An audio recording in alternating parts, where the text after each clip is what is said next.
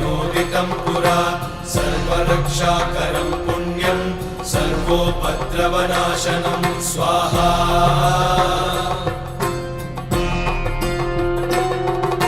सर्वसम्पत्करं चैव स्वर्गमोक्षप्रदायकं ध्यात्वा नृसिंहं देवेशं हेमसिंहासनस्थितं स्वाहा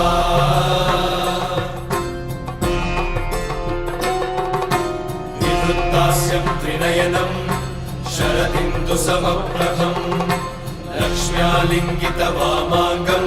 विभूतिनिरुपाश्रितं स्वाहा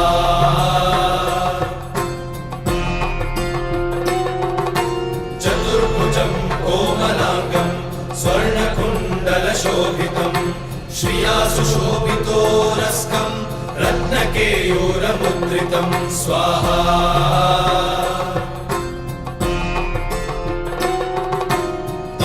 काञ्चनसङ्काशं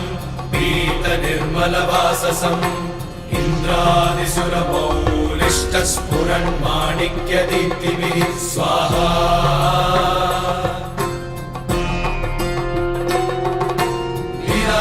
लीलाधितपदद्वन्द्वं शङ्खचक्रादिहेतिभिः गरुत्मता च विनयात् स्तूयमानं मुदान्वितं स्वाहा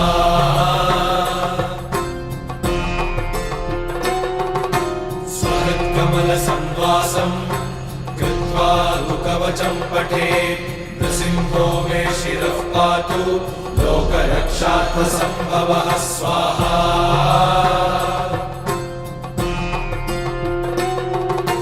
सर्वगोपिस्तम्भवासः फालं मे रक्षतु ध्वनिं नृसिंहो मे दृशौ पातु सोमसूर्याग्निलोचनः स्वाहा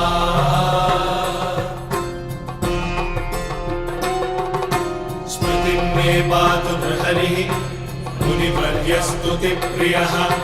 नासं मे सिंहनासस्तु मुखं लक्ष्मीमुखप्रियः स्वाहा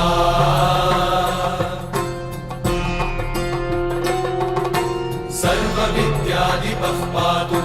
नृसिंहो रसना मम वक्त्रं पात्विन्दुवदनं सदा प्रह्लादवन्दितः स्वाहा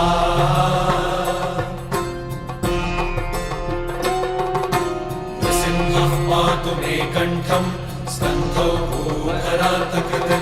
दिव्यास्त्रशोभितभुजो नृसिंहः पातु मे भुजौ स्वाहा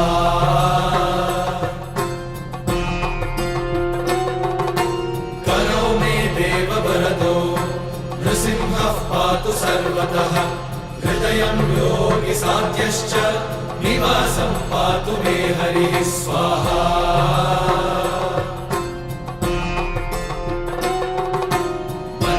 पातु हिरण्याक्ष वक्षः कुक्षिविदारणः नाभिं मे पातु बृहरिः स्वनाभिब्रह्मसंस्तुतः स्वाहा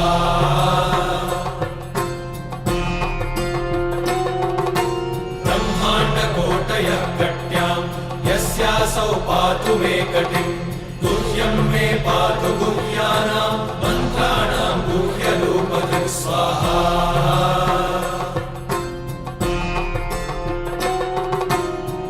मनोभवः पातु जानुनीनररूपधृक्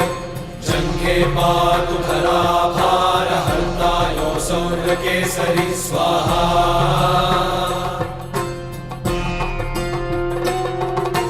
सुरराज्यप्रदः पातु पादौ मे बृहरीश्वरः सहस्रशीर्षा पुरुषः पातु मे सर्वशस्तनं स्वाहा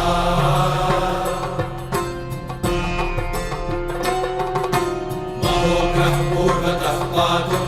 महावीराग्रजोऽग्नितः महाविष्णुर्दक्षिणे तु महाज्वालस्तु नैऋतौ स्वाहा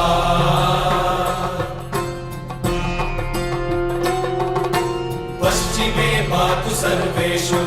दिशि मे सर्वतोमुखः नृसिंहः पातु वायव्यां सौम्यां भीषणविग्रहः स्वाहा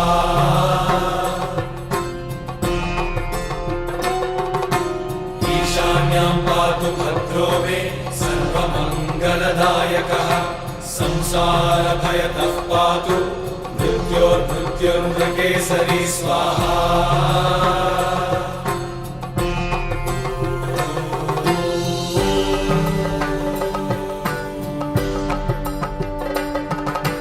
गर्जन्तं गर्जयन्तं निजभुजपटलं स्फोटयन्तं हरन्तं गर्जन्तं गर्जयन्तं निजभुजपटलं स्फोटयन्तं हरन्तं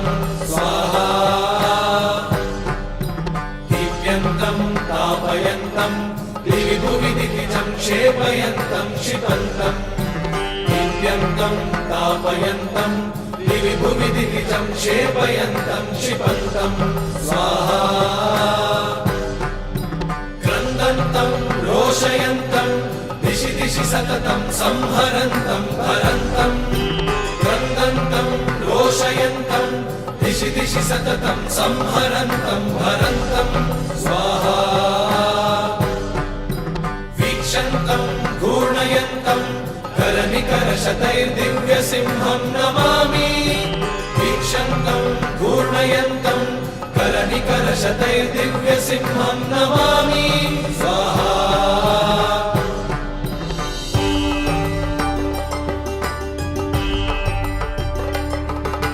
श्रीनरसिंह जय